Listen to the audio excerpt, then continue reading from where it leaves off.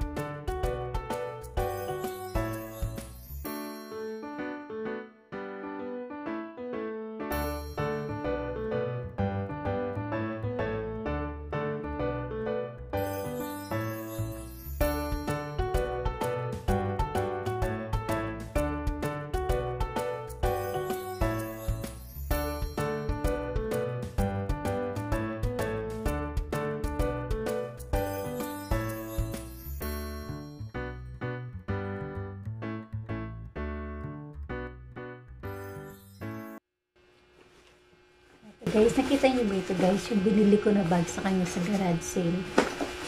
Sa sa Japan Surplus. Ganito na ngayon, diba? Okay. So, wait mo ako dyan ha. Oh, itong bid mo. Na may pamunas ka sa...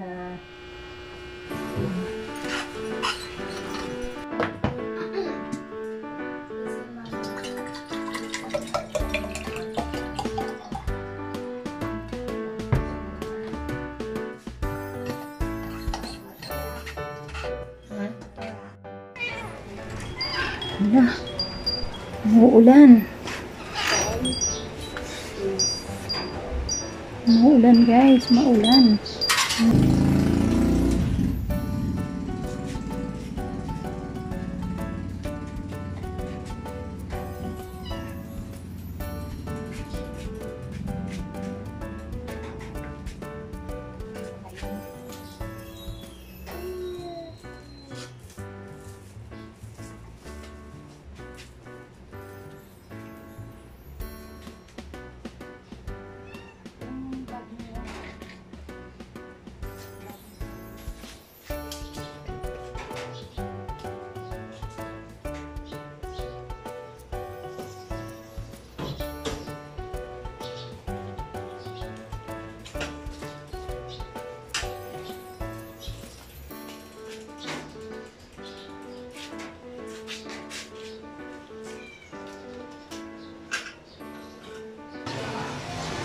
Pati yung kakalikon niya, pwede yung panipay nito.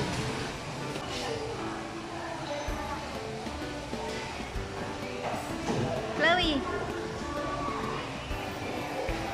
Yan nga. Ayan na yun. Yan. Tignan nga kita, anak. O, babay na si mama na. Okay. O, kiss mo muna si mama. O, sige. Bye-bye. Sunduin kita mamaya, ha? Huwag kang lalabas ng gate. Chloe, huwag kang lalabas ng gate, ha?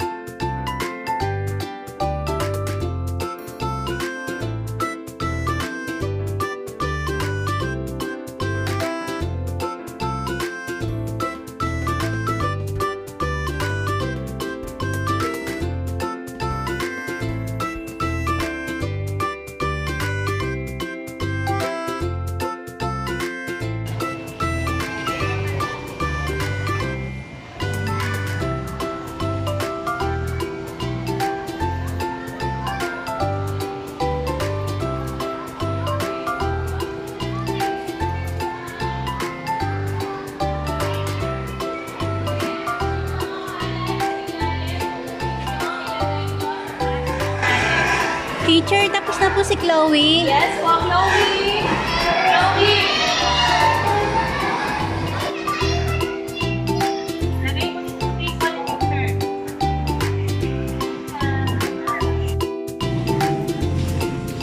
Diyan, di na kanina. May itong order. Ako pa itang gulay, itang labong. Labong.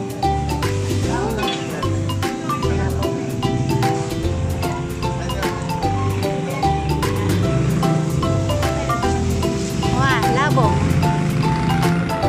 Yan, beda ka pa yung YouTube ko. Ang popa yan.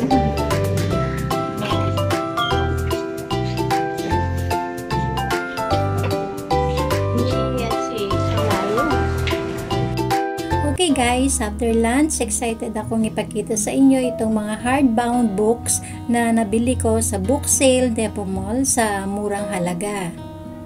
Itong una ay 10 piso lang guys.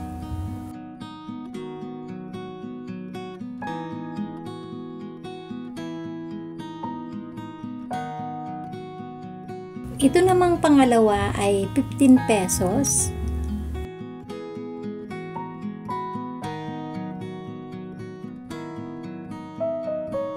Itong ikatlo naman ay 10 piso lang. At ito naman panghuli ay 15 pesos lang. Bali ang mga nagastos ko dito sa mga hardbound book ay 50 pesos only. Tatanggalin ko ang mga cover nila dahil gusto kong i-display ang pagka-vintage ng mga books.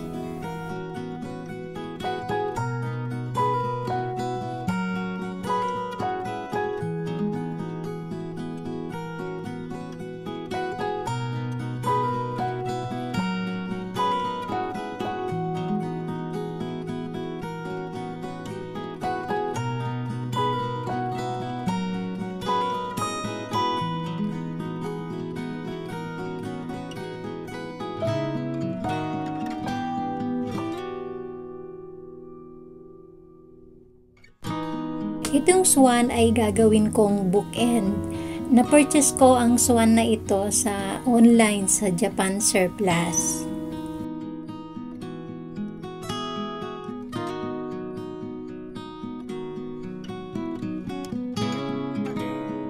Next, ilalagay ko naman itong frame na na-transform ko sa aking last video.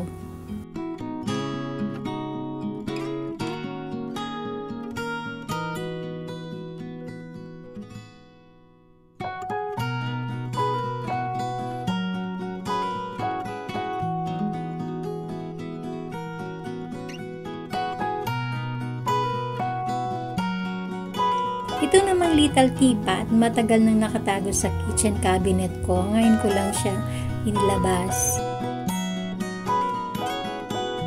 Meron akong foam dito na gagamitin kong stand para sa greenery. Ikakat ko lang siya ng sakto sa sukat ng teapot.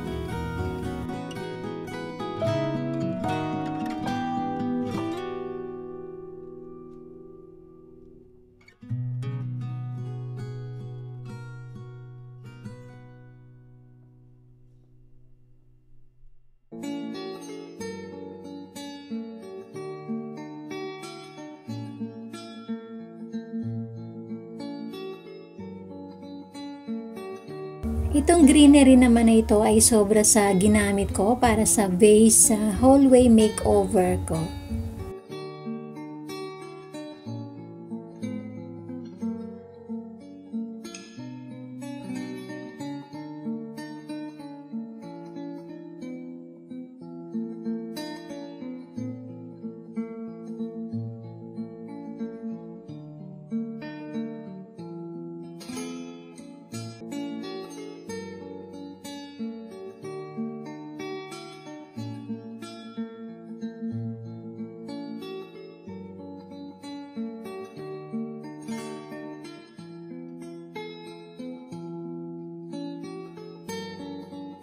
Okay, so ayan, ilalagay ko dito itong frame na na-transform ko dito sa last na video ko.